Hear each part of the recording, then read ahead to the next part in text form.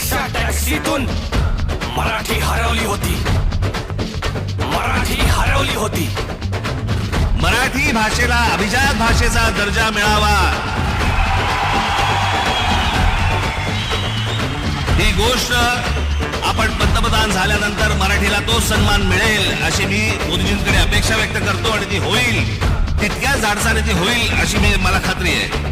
साहेबांनी प्रयत्नांची शिकस्त केली आणि मराठी भाषा अभिजात झाली.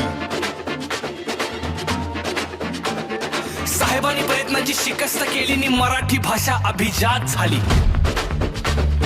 शाळा शाळांमधून मुलांना मराठी भाषा सक्तीची झाली. शासन प्रशासन सगळीकडे मराठी भाषा रुजू लागली. आता दुकानावर पाट्या मराठीत पहा आणि मोबाईलवर सुद्धा मराठीत ऐका. प्राईम टाइम थिएटर मध्ये बिनधास्त मराठी चित्रपट पहा. सत्तेच्या सारीपाटात सगळे राजकारणी गुंतलेले असताना कोण उभं राहतं मराठीसाठी?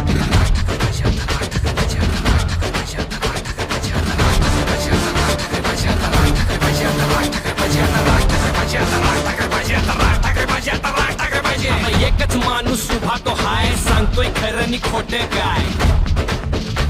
तो बोलतो पलीकडे जातीच्या, तो बोलतो भाषा मातीच्या, तो नोकरी बोलतो नि रोजगार बोलतो. तो बोलतो आपल्या मनातलं, काढतो खोटं आपल्या कानातलं. त्याला पडलं नाही काय खोक्याचं, नाही पडलं मतांच्या मोक्याचं. जो बोलतोय खरं न मांडतोय खरं न वागतोय खरं, तो सगळ्यांच्या वर. सगळे कातावले, सगळे आजमावले. आता खऱ्याच्या पाठी राहायचं हाय, स्वतःच आयुष्य घडवायचं हाय. आता तंगडी तंगडी नाही पाहिजे, नाही पाहिजे, नाही पाहिजे.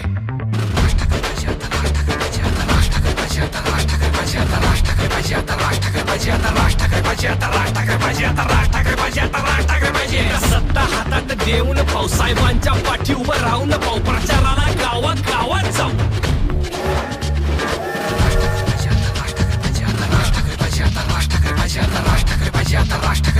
राज ठाकरे पाहिजे, आता